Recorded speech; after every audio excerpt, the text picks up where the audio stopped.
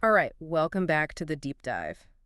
AI is everywhere these days. It's not science fiction anymore. It's like built into so much of our lives. Yeah, exactly. It's really incredible how fast it's all moving. Totally. And that's why today we're diving into something super relevant, the brand new international standard for managing AI. It's called, get this, ISO IEC 42001.2023. Catchy, right? Oh, yeah. Rolls right off the tongue. But really, this is important stuff. We're going to break down this standard, the core of it, so you don't have to wade through the whole thing yourself. Yeah, consider this your cheat sheet to understanding what it's all about. So Yeah. we've been digging into the first edition, which came out just last year, 2023. It's hot off the presses. And our mission today is to, pull out the key insights.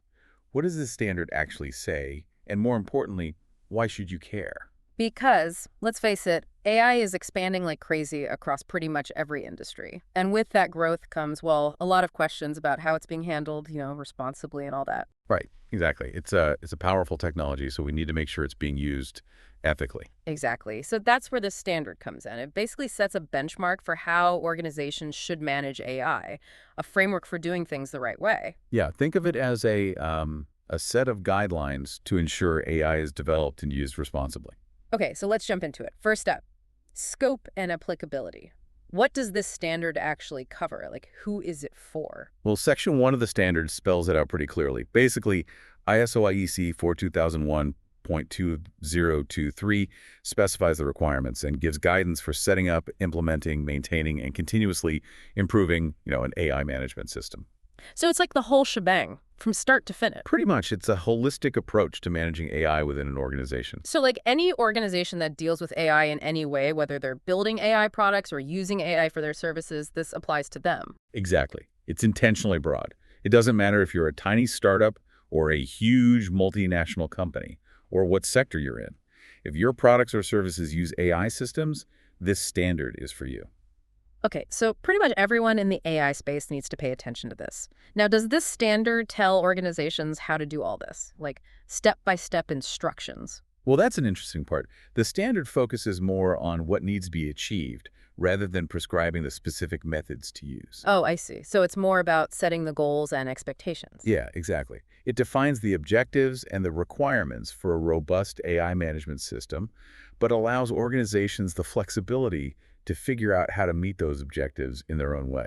Okay, that makes sense. It's a framework, not a strict recipe. So you have some wiggle room to adapt it to your specific situation. Right. It acknowledges that different organizations will have different needs and approaches. Right, makes sense. Now, to understand any framework, you need to be on the same page with the terminology, right? Totally. Like, what are we even talking about when we say AI management system? Exactly. So let's look at some key terms and definitions from Section 3 of the standard.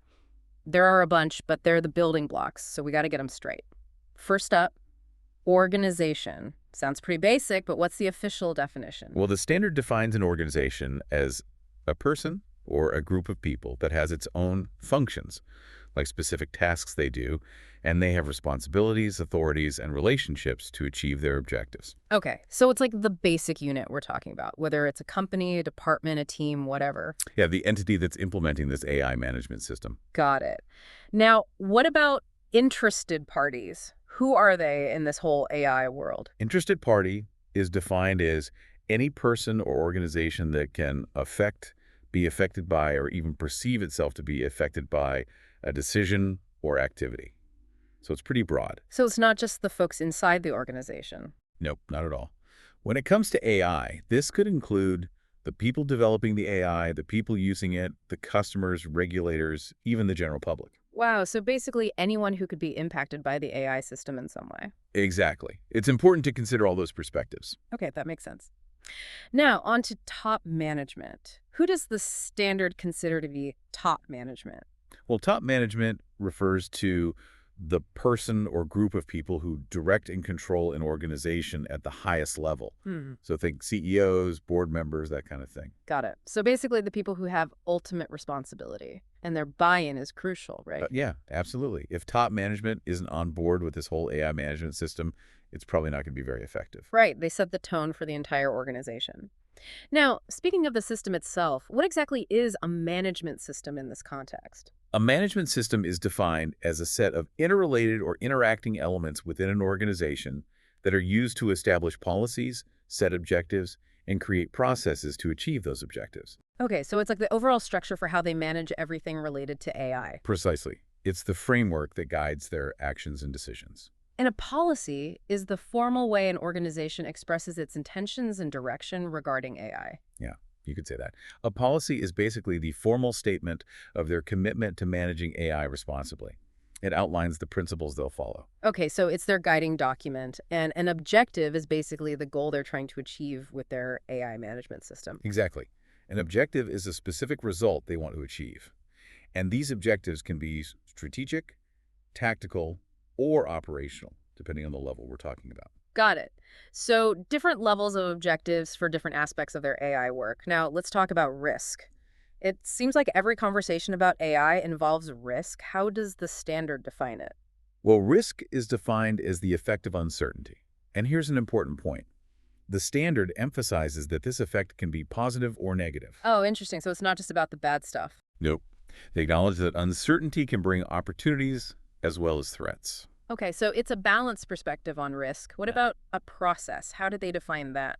A process is basically a set of related or interacting activities that transform inputs to deliver a result. So it's like the how-to, the steps involved in doing something. Yeah, you could say that. It's the way an organization carries out its AI work. And to ensure those processes are done well, you need competence within the organization, right? Like people who know what they're doing. Oh, definitely. Competence means having the ability to apply knowledge and skills to achieve the desired results. Makes sense. You need the right people with the right expertise to manage AI effectively. Absolutely. You can't just throw anyone at this. Okay, what about documented information? That sounds like it covers all the records, procedures, and stuff like that. Yeah, pretty much. Documented information is any information that the organization needs to control and maintain. So it's not just about having the information, but also managing it properly. Right. It includes things like how they store it, how they protect it, how they make sure it's up to date, all that good stuff. Got it.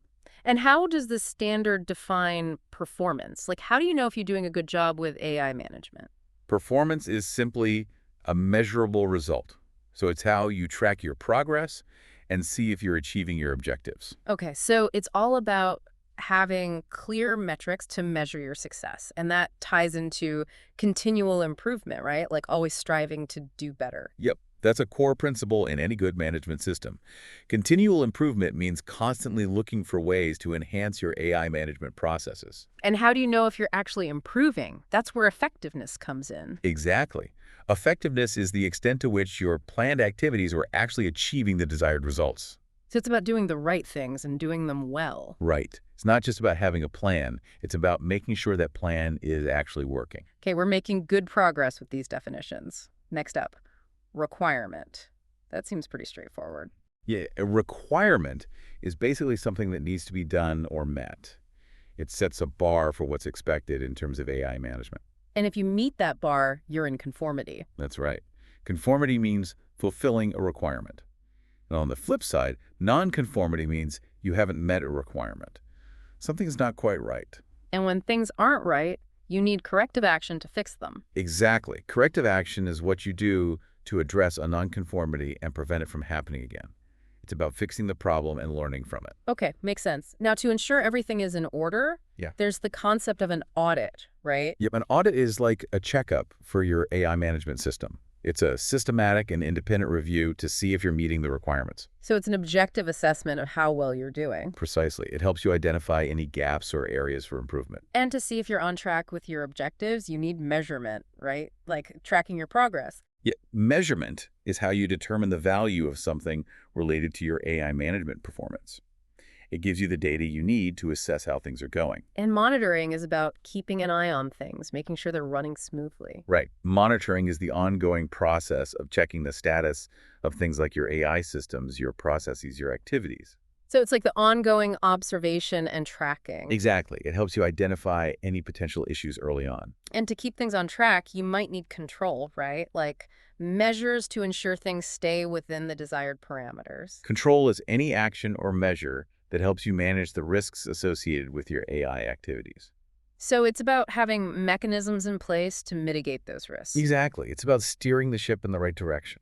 All right, we're making our way through these. What about a governing body? Who are they? The governing body is basically the group or individual ultimately accountable for the organization's performance, including how they manage AI. So it's the highest level of oversight. Yep, the ones who are ultimately responsible. And given that we're talking about AI systems that often handle sensitive data, information security seems pretty crucial here. Oh, absolutely. Information security is all about protecting the confidentiality, integrity, and availability of information. So making sure the data is secure and used responsibly. Right. You don't want any data breaches or misuse of information. Okay, now for a term that's very specific to AI, the AI System Impact Assessment. What's the purpose of that? The AI System Impact Assessment is a formal, documented process where an organization evaluates how their AI systems might impact individuals, groups, or even society as a whole. So it's not just about the technical aspects, but also the broader ethical and societal implications. Exactly. It's about considering the potential consequences of their AI systems. Okay, that sounds really important. We also have the definition of data quality. Data quality refers to how well the data used in their AI systems meets their requirements. So it's about making sure the data is accurate, reliable, and fit for its intended purpose. Exactly. Garbage in, garbage out, as they say. If you use bad data, you'll probably get bad results. Makes sense. And lastly, we have the Statement of Applicability. What is that?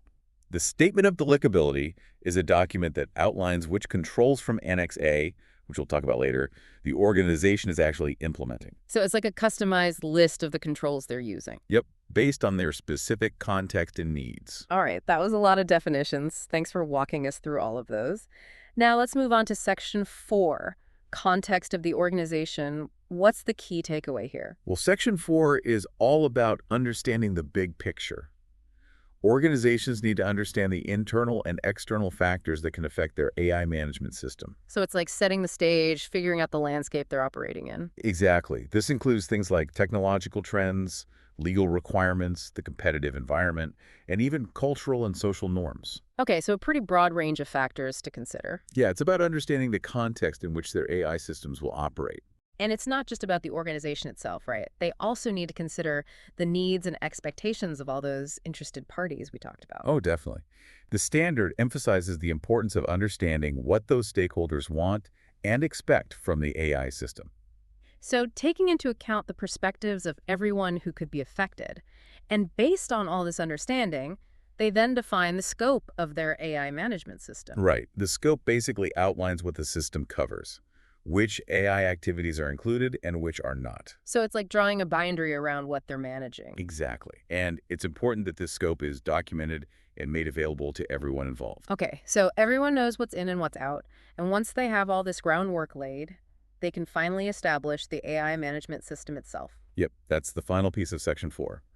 They actually set up the system with all its processes and interactions. Okay, so Section 4 is all about laying the foundation. Now let's talk about who's in charge. Section 5 is all about leadership. What does it say about the role of top management?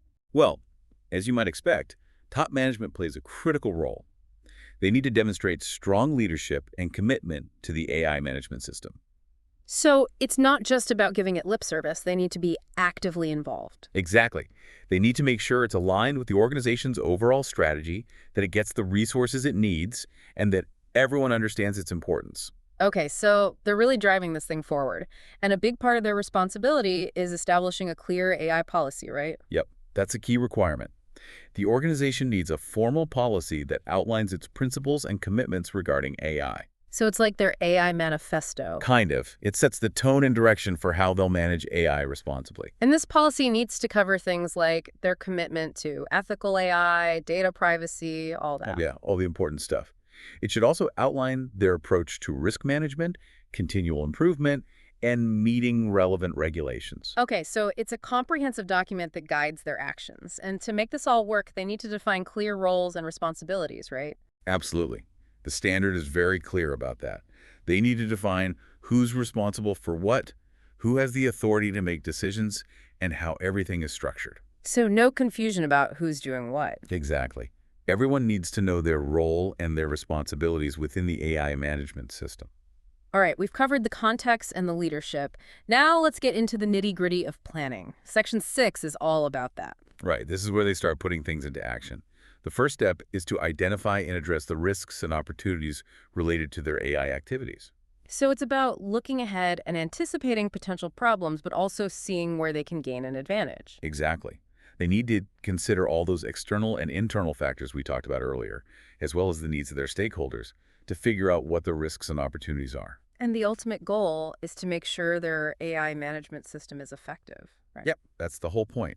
They want to be confident that their system can achieve its objectives, prevent or minimize any negative consequences, and continuously improve. Now let's dig deeper into risk management. The standard outlines a specific AI risk assessment process. What does that involve? It's a pretty thorough process. First, they need to establish clear criteria for what they consider acceptable and unacceptable levels of risk. Then they conduct a risk assessment where they identify potential consequences, estimate the likelihood of those consequences, determine the overall level of risk, and prioritize which risks need to be addressed first. So it's like a systematic way of identifying and evaluating the potential problems. Exactly. And they need to document all of this so they have a record of their risk assessment process. Makes sense. And once they've identified the key risks, they need a plan to deal with them, right? That's where AI risk treatment comes in. Yep, that's the next step. AI risk treatment involves choosing the right options to address each identified risk. This could include things like implementing specific controls, changing their processes, or even deciding to avoid a particular activity altogether if the risk is too high. So it's about finding the best way to mitigate or manage those risks. Right.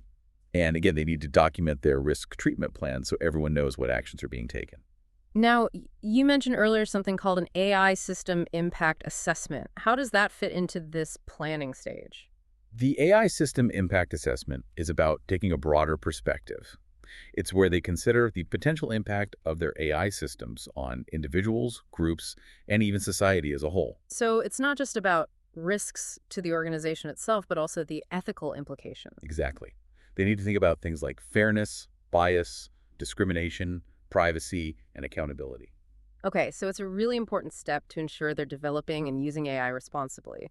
And once they've assessed the risks and the potential impacts, they need to set some objectives, right? What are the requirements around those? The standard is pretty specific about how they should set objectives. They need to be consistent with their AI policy, they need to be measurable so they can track their progress, and they need to be relevant to their overall AI management goals. So basically, well-defined, measurable goals with a clear plan for how they'll achieve them. Exactly.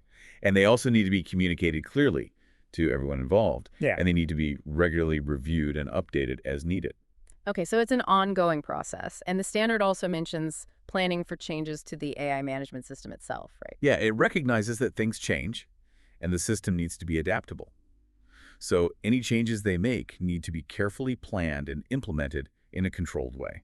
So it's not just about setting up the system, but also ensuring it can evolve over time. Exactly. It needs to be flexible enough to keep up with the rapid pace of AI development.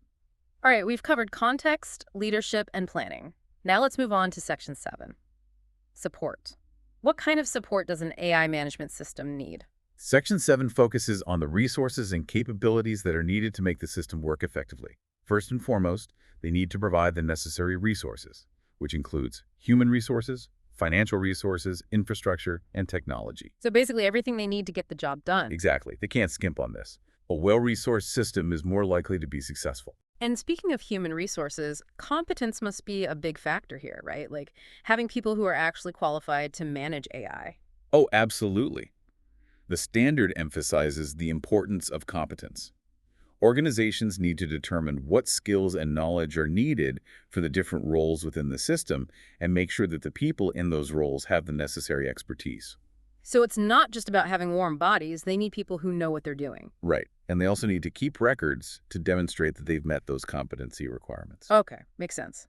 Now, what about making sure everyone in the organization understands why this system is important and what their role is in it? That sounds like awareness. Yeah, awareness is crucial. The standard highlights the need for everyone to be aware of the AI policy, how their work contributes to the system, and the implications of not following the requirements. So it's about keeping everyone informed and engaged. Exactly. If people understand why it's important, they're more likely to buy into it and support it. And clear communication is also going to be essential, right? To keep everyone on the same page. Oh yeah, communication is key. They need to establish clear channels of communication, both internally and externally, to share information about the AI management system. So a well-thought-out communication plan is essential. Definitely. It helps to avoid confusion and ensure that everyone is working towards the same goals. And lastly, under support, we have documented information again. What are the requirements here? This section reiterates the importance of managing documented information effectively. They need to have systems in place to create, store, protect, retrieve, and dispose of documents in a controlled way. So it's about having the right information accessible to the right people at the right time. Exactly. And it also covers things like version control, so they can track changes to documents, and retention policies, so they know how long to keep certain records. Okay, so it's a comprehensive approach to managing all the documentation related to their AI management system. We've covered a lot of ground here. Let's move on to Section 8, Operation. This is where things really start happening, right? Yep, this is where they put all their plans into action.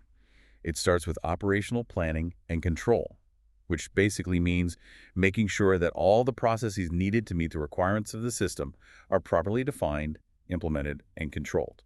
So it's about taking all those plans from earlier sections and making them a reality. Exactly. They need to establish clear procedures, assign responsibilities, and put controls in place to ensure everything runs smoothly. And this includes those ongoing risk assessment and treatment activities we talked about earlier, right? Oh yeah, those are key parts of the operational phase. They need to regularly reassess the risks, make sure their risk treatment plans are still effective, and document everything. So it's a continuous cycle of monitoring and adapting as needed. Precisely. They need to stay on top of things, especially in the rapidly evolving world of AI. Now, what about those AI system impact assessments? Do those come into play during operation as well? Yep, those are also ongoing. They need to periodically reassess the potential impacts of their AI systems, especially if they make significant changes to those systems or how they're used. Okay, so it's not just a one-time thing. They need to keep revisiting those assessments to make sure they're still relevant. Now, let's move on to Section 9, Performance Evaluation. This is where they figure out how well their system is actually working, right? Exactly. Section 9 is all about measuring and evaluating the performance of their AI management system. They need to establish clear metrics and processes to track their progress and see if they're meeting their objectives. So it's about having a feedback loop so they can identify areas for improvement. Right. They need to know what's working well and what's not, so they can make adjustments as needed. And to get an objective perspective, the standard requires internal audits, right? Yep. Internal audits are a key part of performance evaluation.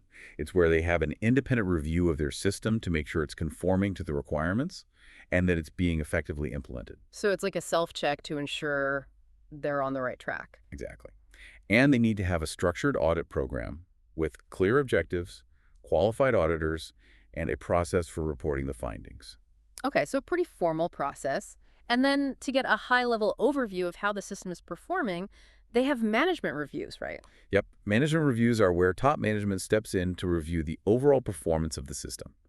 They look at things like the audit results, the status of any corrective actions, any changes in the internal or external environment, and any opportunities for improvement. So it's like a strategic check-in to make sure the system is still aligned with their goals. Exactly. It's a chance for top management to make any necessary adjustments to the system based on the feedback they've received. All right, we're almost there.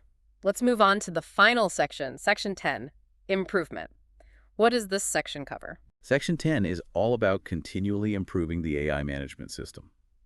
It's about going beyond just meeting the basic requirements and striving to do even better over time. So it's about having that mindset of continuous improvement. Exactly.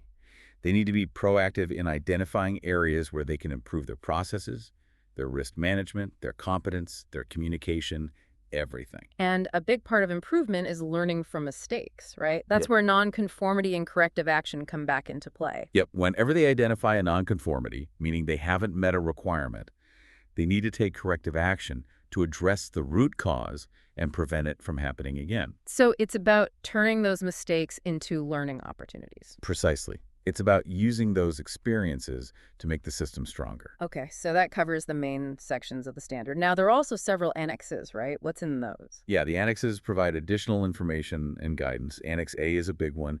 It lists a whole bunch of control objectives and controls that organizations can use as a reference. So it's like a toolbox of potential controls they can implement. Exactly. It covers a wide range of areas like policies, organizational structure, resource management, risk assessment, data management, and the AI system lifecycle. And Annex B provides more detailed guidance on how to implement those controls. Yep. It's like a companion to Annex A, offering practical tips and examples. Okay, that sounds useful. And then there's Annex C, which focuses on potential organizational objectives and risk sources. Right. Annex C provides some examples of what those objectives and risks might look like to help organizations get started with their own planning. So it's like a starting point for their thinking. Exactly. It's not meant to be exhaustive, but it gives them some ideas to consider. And lastly, Annex D talks about how to use the AI management system across different industries and sectors. Yep. Annex D highlights the flexibility and adaptability of the standard. It emphasizes that it can be used in any industry or sector, regardless of the specific AI applications they're using. Okay, so it's a truly universal standard. And of course, there's a bibliography at the end, listing all the references. Yep, that's standard practice for these kinds of documents. It provides a list of all the sources they used in developing the standard.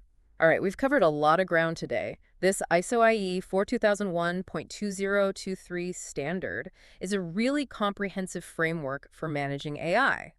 It covers everything from setting a policy and managing risks to the day-to-day operations and continually improving the system. Yeah, it's a pretty impressive document. It really shows how seriously the international community is taking the responsible use of AI. And for you, the listener, understanding this standard is important because it gives you insight into how organizations are being asked to manage AI responsibly. It's all about ensuring that AI is used ethically and effectively to benefit both organizations and society as a whole. Right, and as AI continues to become more integrated into our lives, it's more important than ever that we have these kinds of standards in place. Absolutely. So as you go about your day and encounter AI in different ways, think about this standard and how it might be shaping the development and use of those systems. And if you're really interested in digging deeper, we encourage you to check out the full document yourself. It's available online, and it's well worth a read if you want to really understand the nuances of AI management. Yeah, it's a great resource for anyone who's working with AI or just interested in learning more about it. Thanks for joining us for this deep dive into the world of AI management. We'll see you next time.